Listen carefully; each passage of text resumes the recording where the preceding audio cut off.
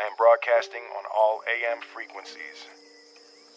I will be at the South Street Seaport every day at midday, when the sun is highest in the sky. If you are out there, if anyone is out there, I can provide food, I can provide shelter, I can provide security. If there's anybody out there, anybody, please, you are not alone.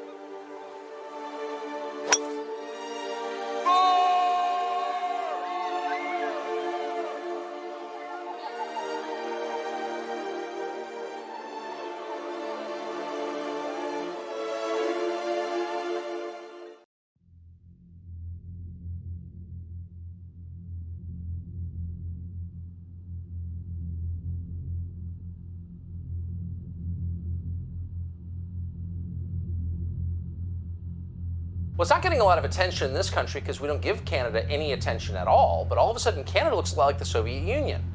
Seem like we're exaggerating a little bit? Well, they're burning Catholic and Anglican churches in recent days. Leftist groups are. But Canada's leaders aren't condemning the burning of churches. No, they're endorsing the burning of churches. The head of the British Columbia Civil Liberties Association, a monster called Harsha Walia, tweeted this, quote, "Burn it all down."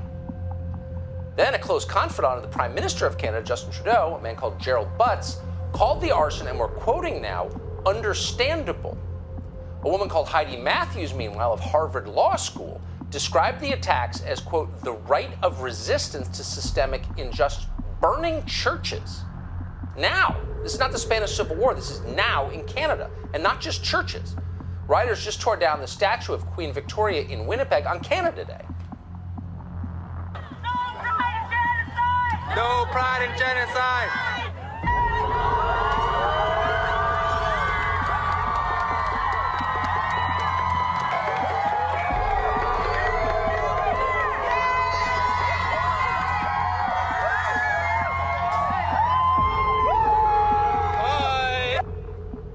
Now, we'd love to go inside Canada tonight, but we can't get there. It's like 1985 Albania. It's a closed country.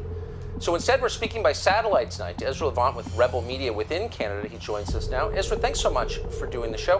What is going on in Canada? Serious. I mean, it's hard to believe what's happening in Canada. What is this? Well, I'm reluctant to use the word Kristallnacht because we're not there yet.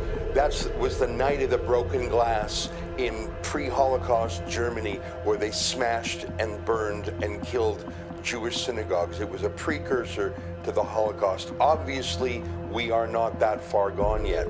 But what do you call it when literally dozens of churches are being systematically vandalized, torched? There was one fire in the BC interior that wiped out a whole village of 250 people, 2 people dead, and it is not yet determined who caused it, but it was in an area where other churches have been torched, so it may actually have its first victims. The crazy thing is this is so explicitly an anti-church hate crime wave, and yet Justin Trudeau, who is normally the first and the wokest, waited a week before saying anything, and he literally said, that's not the way to go.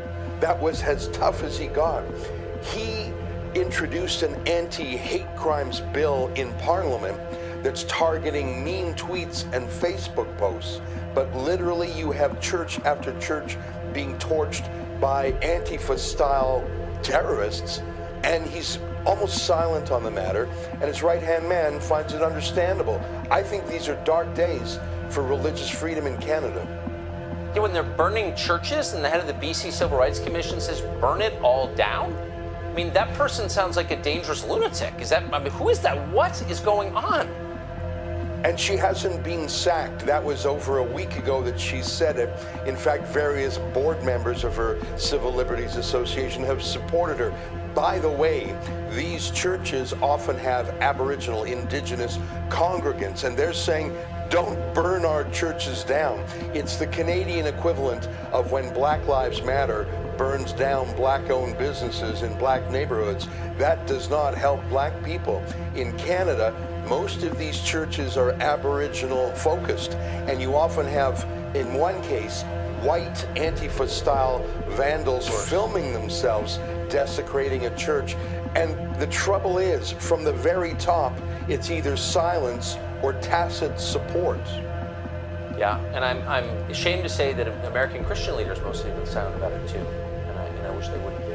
Ezra, I appreciate that report from Canada. I hope sometime to be able to visit Canada once the borders open, but in the meantime, thank you. Thank you.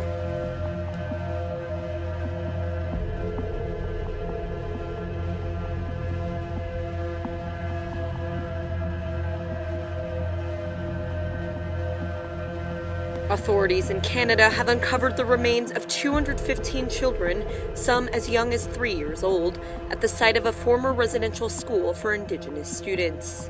Canadian Prime Minister Justin Trudeau on Friday described the discovery as heartbreaking. The children were students at the Kamloops Indian Residential School in British Columbia, which closed in 1978, according to the Tk'emlúps-Tissaquaquam Nation. Chief Roseanne Casimir said in a statement that their remains were found with the help of a ground-penetrating radar specialist. In 2015, a 6-year investigation into Canada's now-defunct residential school system found that it committed cultural genocide, forcibly separating Indigenous children from their families. The report documented horrific physical abuse, rape, malnutrition, and other atrocities suffered by many of the 150,000 children who attended the schools, which were typically run by Christian churches from the 1840s to the 1990s. It found more than 4,100 children died while attending the schools. That figure does not appear to include the previously undocumented discovery of the 215 children buried under what was once Canada's largest residential school. In 2008, the Canadian government formally apologized for the residential school system. In a tweet on Friday, Trudeau called the news a painful reminder of that dark and shameful chapter of our country's history. The Tk'emlúps-Tissaquaquam Nation said it was reaching out to the home communities of the victims. They expect to have preliminary findings by mid-June. School for Indigenous children in Canada may have revealed a mass grave. Preliminary findings suggest the remains of 215 children could be buried at the Kamloops Indian Residential School.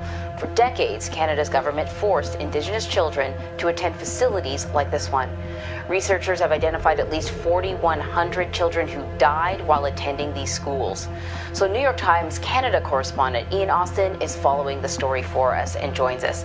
Ian, thank you. Let's start with this school in Kamloops and how the investigation into what may be in the ground there started and where does it go from here? I think you're very right. I don't know if the producer told you, but I'm Canadian, and I think there's been over the past several decades a big focus on multiculturalism and accepting people from all over the world and the celebration of differences and simultaneously sort of a diminishing of the role of the original First Nations people in Canada. The other component of this, of course, is the church. The Canadian government kind of tasked whatever church was interested, it tasked them with running these schools, with building them and running them. So as a result, you got shoddy construction and clearly we're talking about a lot of abuse. The one in Kamloops was run by the Catholic Church. I know that Justin Trudeau spoke directly to Pope Francis and asked for an apology from the Catholic Church. How has the Catholic Church responded? These are some of the 150,000 Indigenous children who attended so-called residential schools in Canada between the 1840s and 1990s. Many were forcibly taken from their parents, and there was widespread abuse. Some lived here at the Kamloops Indian Residential School in British Columbia, where the remains of 215 children have just been discovered. Some of the children who died were as young as 3. There's nothing more painful in life than losing a child. My heart breaks today thinking of all the loving parents who never saw their children return home and who were never granted the dignity of knowing what happened. It's a discovery that Canada's Prime Minister has described as a painful reminder of a shameful chapter in his country's history. The Canadian government formally apologised for the abuse at these schools in 2008.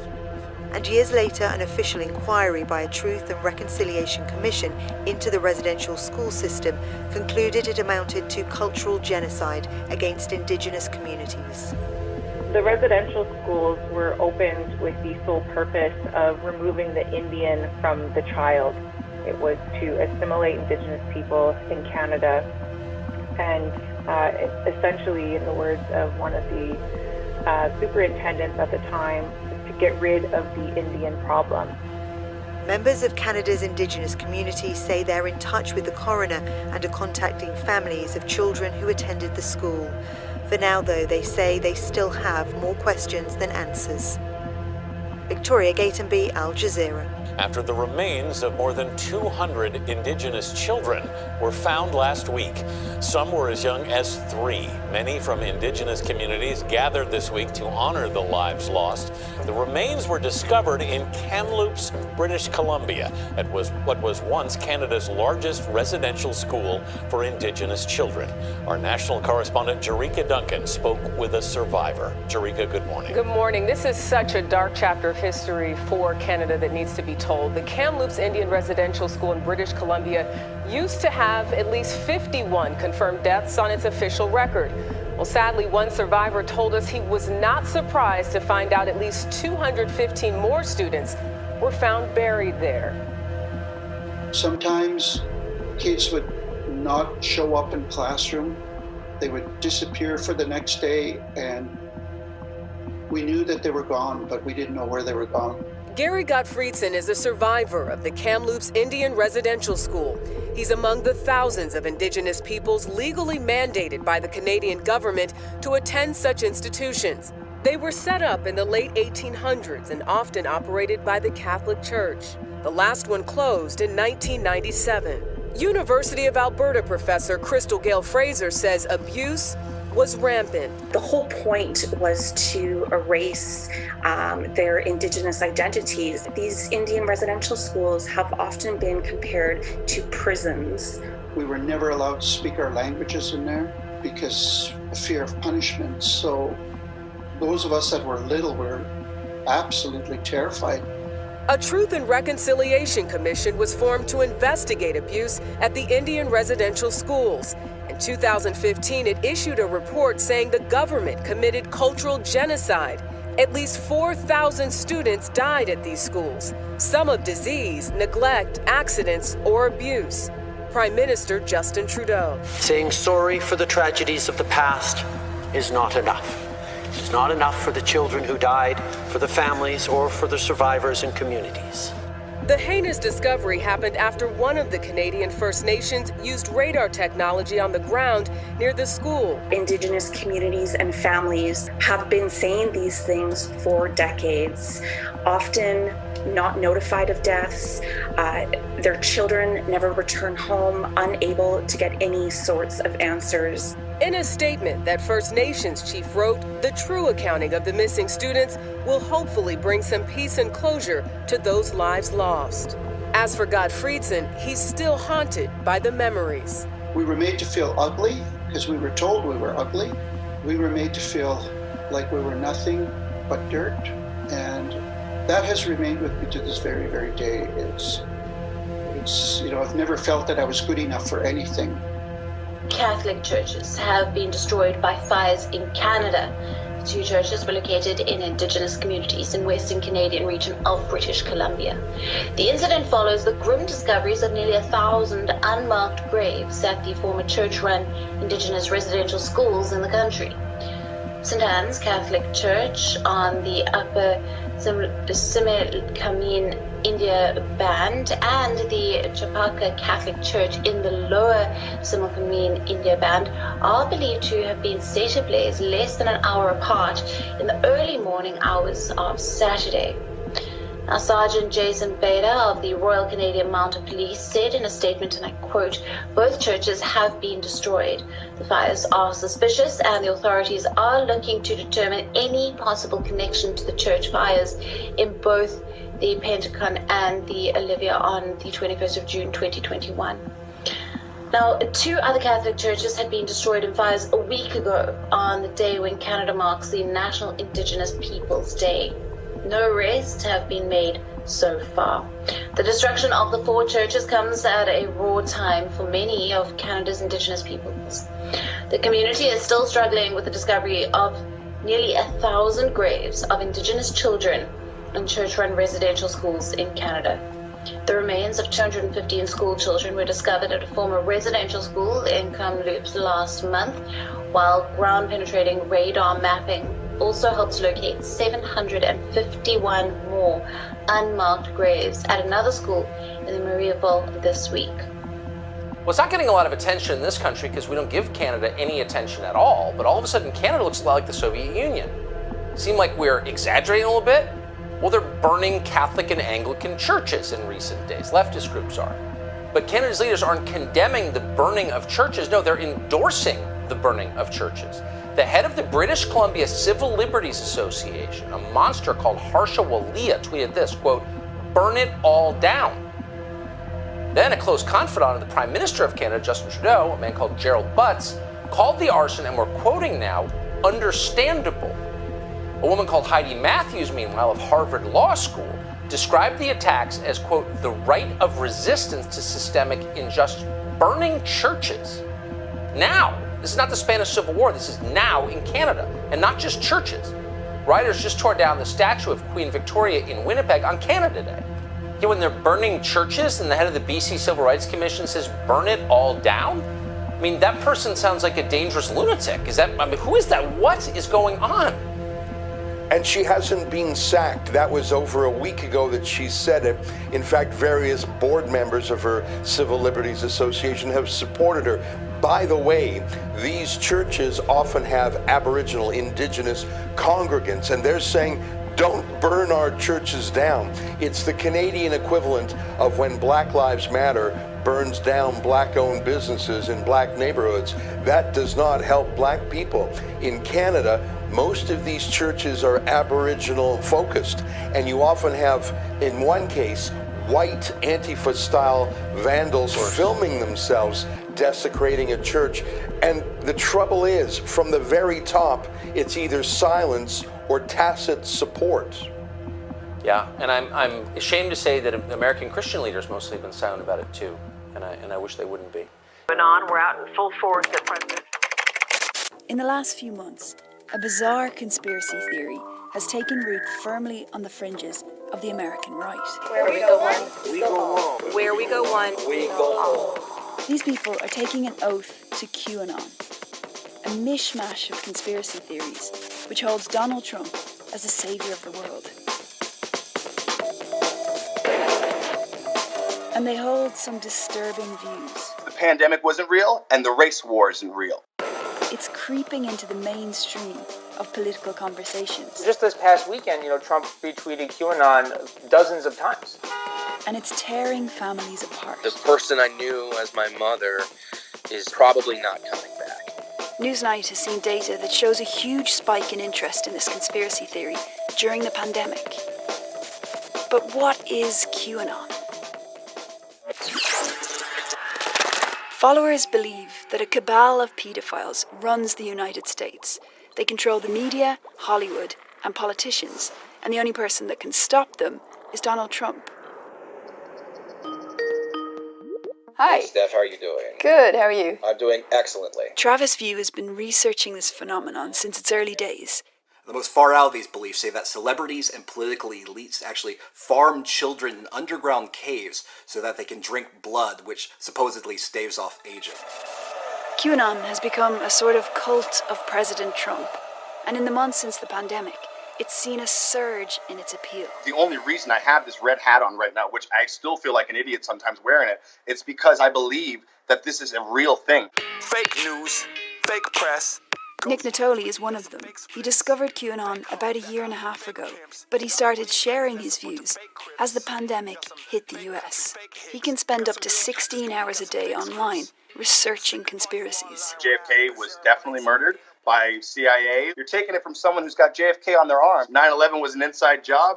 People in our government who are working towards a deep state, who are trying to keep us controlled. Children are being harvested. Children are being farmed for adrenochrome by celebrities and politicians. Do you subscribe to that? Not outlandish at all. Reptilian aliens, the Epstein connection. MK Ultra is a huge one. This is conspiracy overload for me. I'm not sure I'm ready for it. Is there a conspiracy theory that you don't believe in? That's a great question. I can't think of it off the top of my head right now. But what QAnon is just an amalgamation of all of the greatest conspiracy theories thrown into one big belief. I've only been actively posting, I'd say, for the past couple of months. But the response that I've gotten is insane. I mean, people are online looking for this stuff right now. Exclusive research seen by the BBC looked at the use of hashtags specific to QAnon. Here's how many posts there were over the 2 years before the pandemic. And then in March, this happened. On Facebook, in just 4 months, membership of the biggest public QAnon groups rose by 700%. Most followers seem to be in the US, but there's been a rise in posts from the UK, Germany, and Brazil. People were looking for an answer as to why everything was happening. People were also locked down in their homes. They were, stuck to their computers, stuck to their phones all day. So they had more exposure to this kind of thing online. You're an organisation that covers extremism, so why are you studying QAnon? QAnon was labelled a domestic terror threat by the FBI last year. It was born on platforms that are really associated with white supremacist movements, with far-right extremism. And although you can't really label Q followers as that, the conspiracy is tangential to that side of extremism. Another site that's seen a huge surge in popularity recently is this page on the message board Reddit. People are coming here to post about family members that they feel have been sucked into the QAnon conspiracy. A lot of these relatives are older, parents or even grandparents. We've spoken to a few of those who've been posting, but we're going to hide their identities because some of their relatives could be quite vulnerable. She believes that Bill Gates created the COVID pandemic. That COVID-19 is biowarfare that only affects pedophiles. And also created the upcoming vaccine. Bleach is a cure-all. Which is going to contain microchips to track everybody. Wacky things such as Michelle Obama is really a man. And people like Ellen and J-Lo are all Satanists. And the pedophile rings. Interdimensional, demonic pedophiles. I said to him, you realize that they believe Democrat politicians and celebrities are literally eating babies? And then he messaged back, yeah, I believe that. A lot of this is a fine line between, heartbreaking and hilarious. QAnon has an evangelical aspect, where followers encourage each other to convert friends and family. They call it red pilling, a reference from the Matrix films. Update from the trenches. Keep red pilling. Keep going, because it worked. It's working. It's beautiful. Some relatives find it especially hard to deal with a QAnon belief that the pandemic is a hoax. My father is a cancer survivor and he's immunocompromised. This is putting his life at risk if he starts to believe these things too. She's 81 and she's not wearing a mask. She's not social distancing in any way. She implied that my girlfriend's mother, who had COVID-19, was a predator. That's when I kind of snapped a little bit. What do you think of the pandemic? I think it's a hoax. I think that the rumor on the street is that President Trump is trying to get all these people to go to jail for pedophilia, child sacrifice, and that the deep state has control of the media. Well, what if it is real and you're not taking it seriously enough? Do you worry about that? I don't want anyone to get sick because they went outside without a mask because of me. So I always want to stay researched. Social media companies, especially Facebook and YouTube, have been criticized for what's known as the rabbit hole effect. That's when their algorithms lead you to content that just gets more and more extreme. They say that they're changing, but I did a quick search for QAnon on my Facebook account, and the following day there was a list of QAnon pages in my suggestions. On Tuesday, Twitter announced that it had started policing QAnon content and that it had deleted up to 7,000 accounts. This surge of interest in QAnon comes as the US gears up for elections in November. But it's hard to tell what real-life impact all these hashtags and tweets will have. Looking closely at some of those who follow QAnon now, many were right-leaning before. But a significant number of those that we've observed had no interest in politics or even leaned a little to the left. They are activating like-minded people who otherwise may be sitting on the sidelines. And I think that's the part of this that's actually where it starts to translate into meaningful votes. Angelo Carusoni is the CEO of the left-leaning and anti-Trump think tank Media Matters for America. Trump retweeted QAnon dozens of times, so prominent QAnon accounts, and that has only been increasing in recent weeks. And there's a strategy there, right? Because it works up his base, it gets people energized. It's indisputable that he's aware and that he's intentionally using it to his advantage. According to Media Matters, at least 14 QAnon believers could make it to the ballot in November. One of them could be elected to Congress. Marjorie Greene is in a runoff in Georgia in a safe Republican seat. She's shown her support for QAnon on social media in the past. We contacted her campaign to find out if she still supports the movement, but she didn't respond. What is the greater damage that you worry it could do? The thing that really scares me the most about QAnon is that it has all the right ingredients for genuine and sincere and intense violence. For its followers, QAnon can be all-consuming. It's clearly more than a hobby to you. What is it to you? It's life. We're here to take the country back. We're not playing around. If Joe Biden wins, I'm scared for America because I believe that QAnon will have something to say about it. And we are large, we are strong, and where we go one, we go all. Though still on the fringes, QAnon is growing. And as it does, many more families will be left wondering what's happened to the people they love.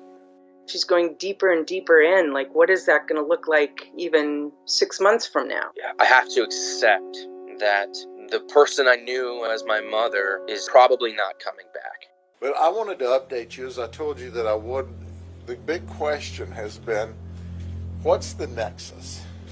How did this evil person by the name of Riley find these victims? And we think we have the solution to that. It hasn't changed in that there was no relationship between our victims and Riley. There was no relationship. Brian didn't know them in advance. But here's what happened. We found a witness who lives in the area of North Soakham Loop Road, and he said that he was talking to Brian Riley, he knows him, and Riley told him, hey, I'm going to go out with the Hurricane Ida relief assistance, and I offered to make him up a first aid kit. And we were working together, and he said, great. Now, I said, come by the house and I'll give you the first aid kit. Well, we can document that mass murderer Riley was at his friend's house picking up the first aid kit at about 6:45 p.m. on Saturday. We can also document that he left there about 7:10 p.m. So about 25 minutes later, he left the friend's house. Just after 7:10 p.m., understanding that we got the call of a suspicious person and vehicle at 7:22, sometime in that period, that's when Brian Riley stopped out in front and talked to Justice, who was mowing his yard, one of our homicide victims. And that's when he said, hey, God said that I need to talk to Amber because she's going to commit suicide. And Justice said, I don't know what you're talking about. There's no one here by the name of Amber. But old murderer Riley pressed on. No, I'm not leaving until I talk to Amber. And the guy says, hey dude, we don't know any Amber. So in the meantime, the mother-in-law is called out and said, who is also a homicide victim, and says, look, mister, we don't know who you are, but we can assure you there's no Amber here. Now, during this period of time where Justice is mowing the yard and our murder suspect stops, We also know by an interview with the 11-year-old little girl who's a victim at Tampa General, she was in the yard with her dad. So our murder suspect, Brian Riley, had the opportunity to see a little girl in the yard. So Justice left mad. Justice told him to leave. The mother-in-law said, "You need to leave right now. We're going to call the cops." They notified law enforcement. He drove off. Mad, as we found out later. Never did Brian Riley make a threat. Never. He just wanted to talk to Amber because he thought she was going to commit suicide. Just a bizarre, irrational statement, but no threats of violence. Now we know, as I give you a compilation of interviews, that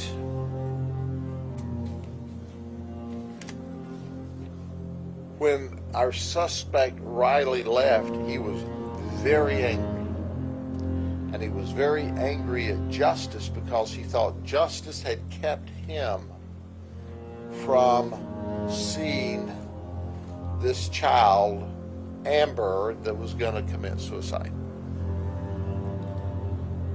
And that's when Brian Riley, our suspect, our murder suspect, said, "God told me to kill everyone and to rescue Amber because she's a victim of sex trafficking." So he goes home. He decides to put an ops plan together. In his confession, he says, "You know what that means? It means you have to kill everyone." And I told you the other day how he arrived at home. He argued with his girlfriend of 4 years, but never mentioned violence. The girlfriend said, "God doesn't talk to you in this way." He accused her of being a non-believer. He got angry. He went to his room. She went to bed.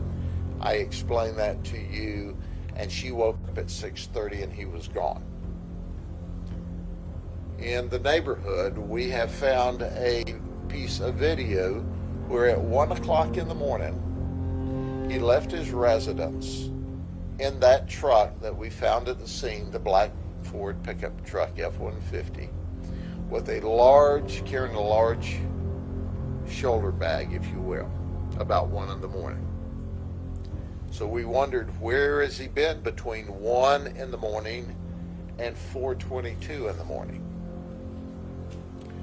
Well, here's a rendition, once again, of information that we were told based upon the interview with Brian Riley. He told us that when he left the residence, he went back to North Soakham Loop Road and he did reconnaissance. And I'm going to use terminology that he used. And the terminology that he used is from some of his training, some of his executive training, some of his security training. He said, "I went back to do reconnaissance outside of the house in the moonlight." And he says, I'm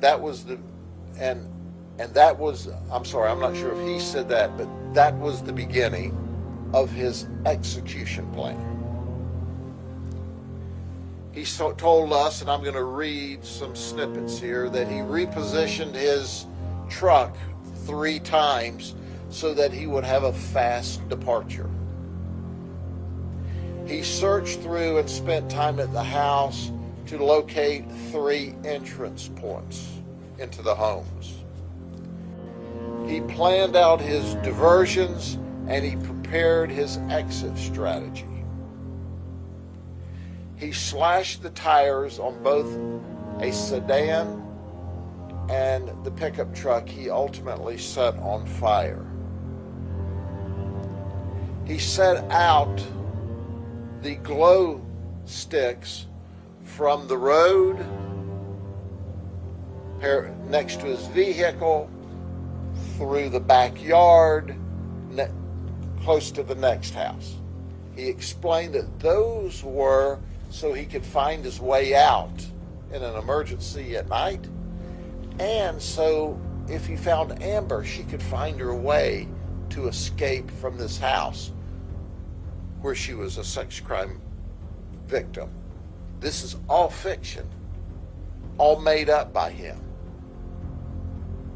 Understand, and I underscore, when we make those references, there was no victims of sex crime in that house. He doused the vehicles with gasoline, both the sedan and the truck. He set the truck on fire as a diversion. He said, by the time I got back to the car, it wouldn't catch on fire, but the mission was underway and I had to push through. He took his breaching tools and he took them around back to the grandmother's apartment, and he tried the breaching tools without success on the door. So he left that door after shooting through the door, and he went around to the south side of the apartment, and he shot through the window and he entered. He called it clearing the house. I cleared the house, and that's when he killed the grandmother as he was clearing the house. He was clearing the house and looking for Amber. He said, I dumped a mag. And what he meant was he shot a whole magazine toward the victim and getting into the house. He said, then I had to immediately reset. And this, once again, more tactical terms. I had to reset to start my methodical search for Amber in the main house. He entered the main house by shooting out or breaking out the back glass door. He said, I know I made a lot of noise, so I had to push through. I knew that they were now aware I was there. He says, I moved down into the fatal funnel, which was not just a fatal funnel, but it was also the hallway through the house. He said, but God told me I was protected. He said, I moved into the bedroom where I shot the dog 2 times. And they asked him, was the dog aggressive? And he said, no, it was very passive. The dog created no resistance at all. He said, then I cleared the hallway. And then I went to the bathroom and I shot through the bathroom door and I tried to push in. And they pushed back and I shot through the door some more. I then entered the bathroom where he shot and killed Justice. Justice was trying to keep him out. That was the resistance he was seeing on the other side. Once he killed Justice, he shot the 33-year-old significant other of Justice and the 3-month-old baby, killing them. But everyone was in the bathroom huddling and hiding. That's when he grabbed the 11-year-old victim, took her from the bathroom into the living room. And he asked her, where's Amber? She said, I'm not Amber. There is no Amber. And he said, I want to know who Amber is. And he counted down, 3, 2, 1, pow. And he shot her in the thigh area, in the stomach. And she said, and I grabbed the wound. and he asked me again and shot me again.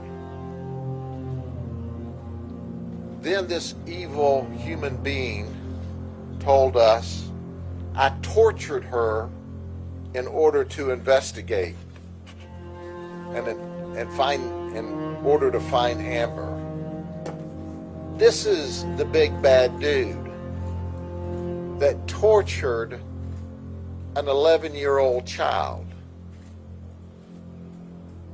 and murdered a 3-month-old baby and the 3-month-old baby's mother and father.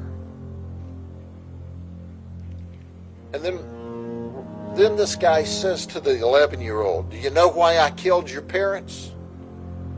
They're sex traffickers. And then he said next, I shot her in the legs. And then when she wouldn't tell me where Amber was, I eliminated her. He thought he'd killed her. But this 11-year-old was very brave and very smart. And she outthought him. Thank God. She said, I played dead and I prayed. And that's the reason she's alive today.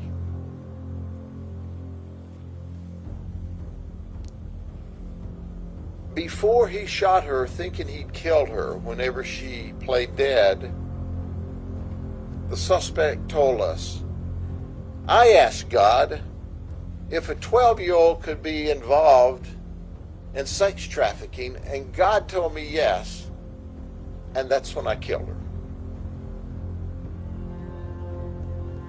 After that was when he had the shootout, the first shootout, and that one was with Lieutenant Tompkins, who came in the back door. And then he had more shootouts with our deputies as they arrived.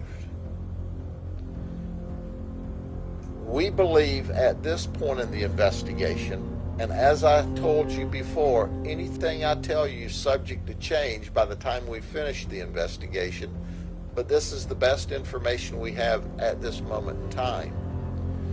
We believe that during the subsequent shootout is when one of the deputies who was shooting one of our rifles shot him through the stomach.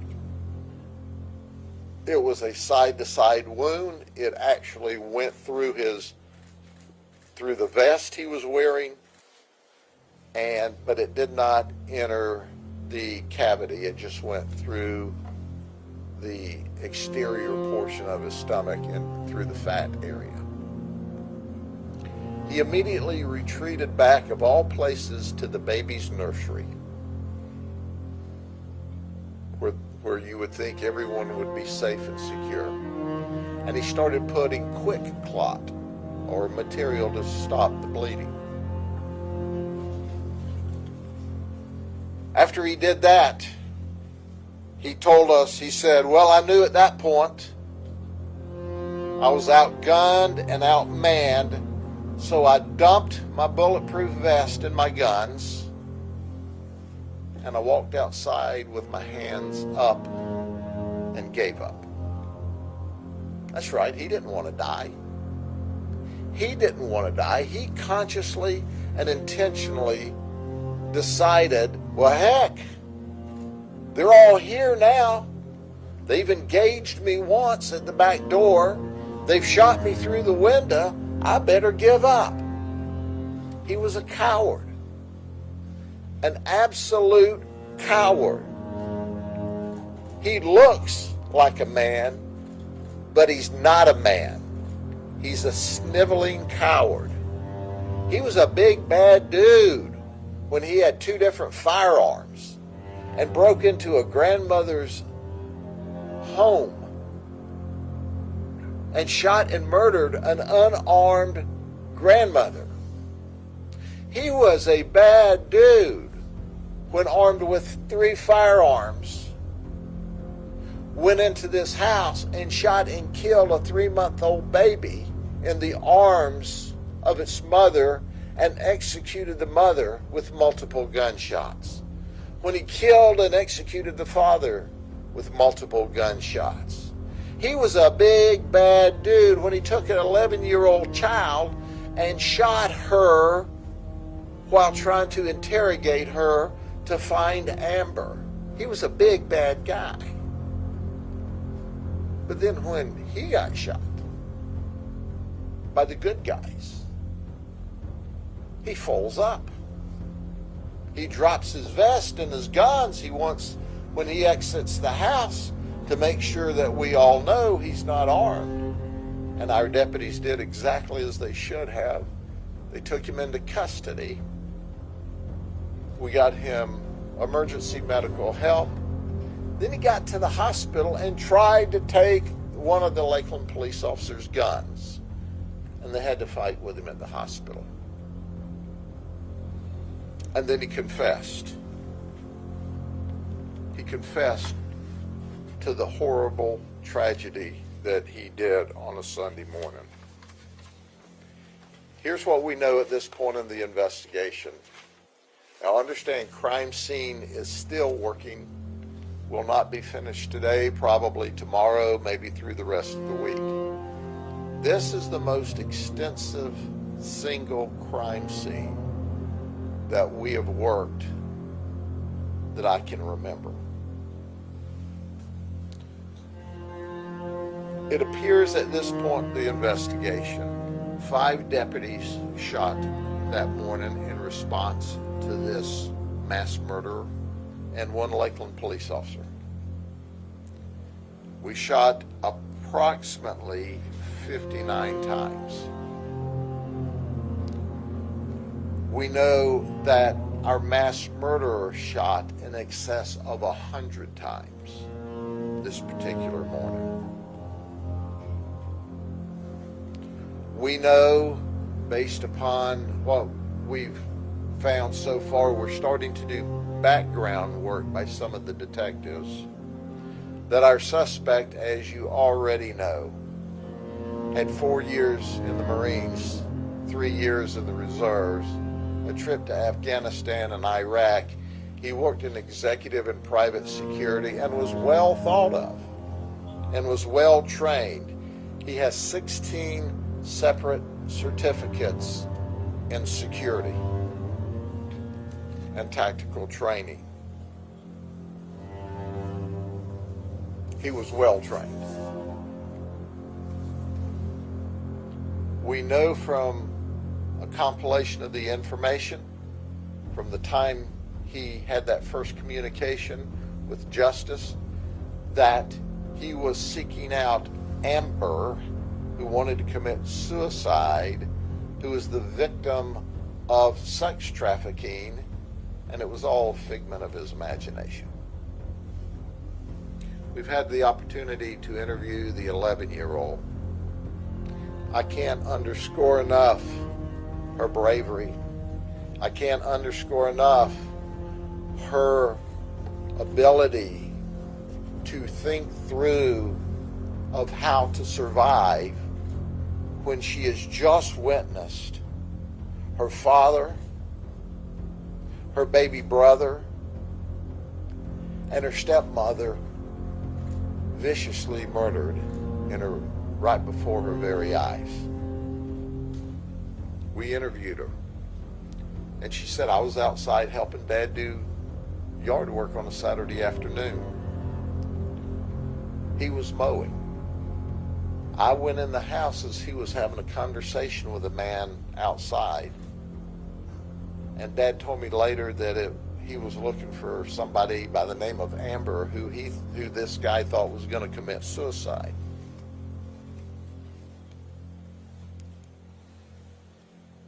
She said, I was asleep in my bed when Dad woke me up and took me to the bathroom to hide me. And I was there when they killed my dad, my brother, and my stepmom. He then took me to the living room. I was trying to crouch down beside a cabinet and the toilet. And that's when he called me Amber, and I told him, I'm not Amber. And he said, 3, 2, 1, and he shot me. And I held the wound. And he asked me about Amber again, and I told him, I don't know an Amber, and he shot me again in the hand. And he asked me where Amber was, and he shot me again. And then he told me, do you know why I killed your parents? It's because they're sex traffickers. She says, I played dead and I prayed. We know that she's had 4 surgeries so far. She's in intensive care.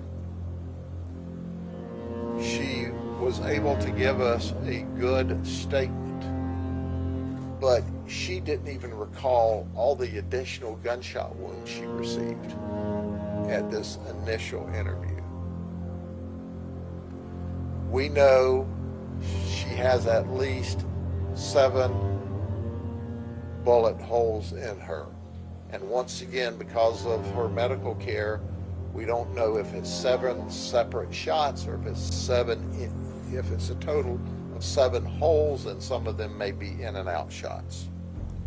She's shot in the hand, in the legs, in the thigh, and into the abdominal cavity. But she's alive. And how she survived that is truly a God thing.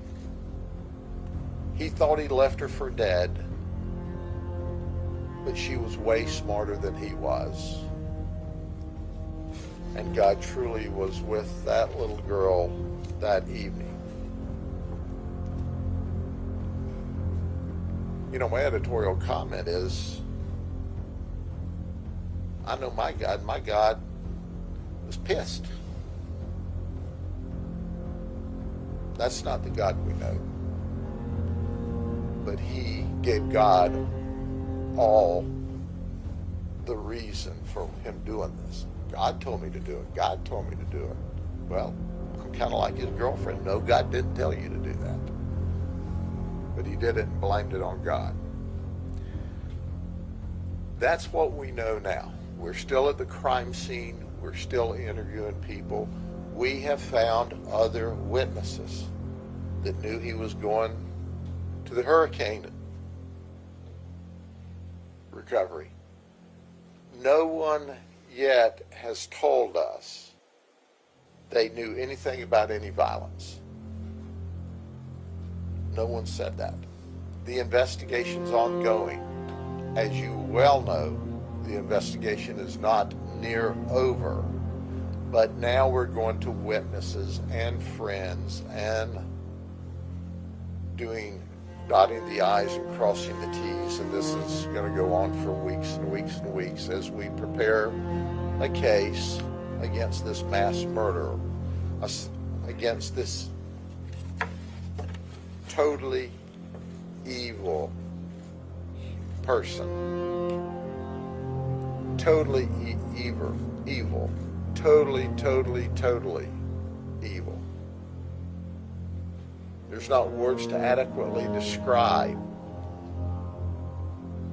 the rage and that we all feel about what he did to this innocent family who's simply sleeping in their home.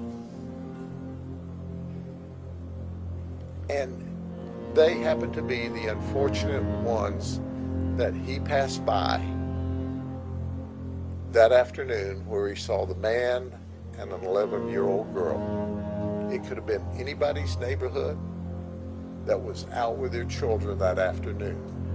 These just happened to be the unfortunate people that he picked on.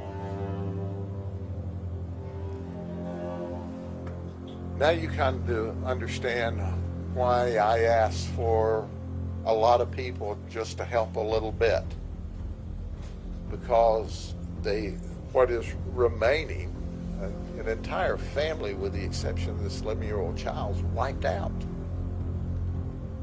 and there's funeral bills and doctor's bills and all kinds of collateral issues that have to be dealt with. The family's doing the best they can. We are working with them, with our crime victims folks, but they can use help. Are there any questions I may answer them, or I may not? Yes, ma'am. You had said that Riley said he was using meth.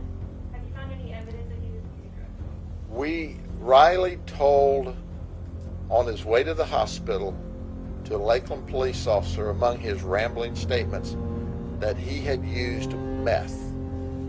That's his statements. We haven't gone back yet to see whether that's accurate or if that's some of his ramblings. We have found evidence of illegal steroid use. But obviously we'll go back and serve subpoenas on the hospital and see what they found when he got there, and all of that's yet to be determined. But he admitted it. But we have found evidence of illegal drug use, steroids. I just want to confirm, you said Riley shot through the back door to enter the home? Yes, ma'am. Yes, ma'am. We recovered 3 firearms at the scene. Has he shown any remorse? No, 0. 0 remorse. He's an evil human being. And I just can't get over how bad he was, why he's wearing bulletproof garb with 3 guns in a house with innocent people trying to sleep at night, none of which had a gun.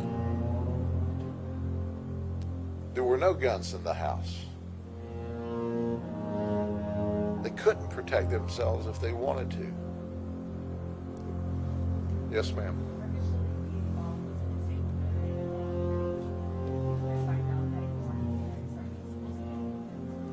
That will be part of the investigations. We don't have any information at this time about medicines that he might have been on or should have been on. You said Riley shot 100 times. 100 plus times. Okay, that was total. Victims analyzed? No. We know Riley shot 100 plus times, and we're still counting. We're still doing our forensics at the scene and our investigation. We know we shot approximately 59 times. And I say approximately, there's a chance it might have been 60, there's a chance it might have been 58. That's still under investigation. We know he shot 100 plus times throughout the evening. And Riley's girlfriend confirmed she only noticed strange behavior days before the incident? Yes, ma'am, that's correct. In our initial conversation with her, she's been his girlfriend for 4 years. She has been totally cooperative, had 0 knowledge, according to what she's told us, of any bizarre behavior up until he did the security a week ago Sunday at the church, and he came back with this infatuation about being able to speak directly to God, and God talked directly back. She said, I'd seen, slight depressions over the years, and even then, never has he been violent toward me or threatened violence. Even that week where she said, I saw bizarre conduct, no threats of violence, according to what she's told us. Yes, ma'am.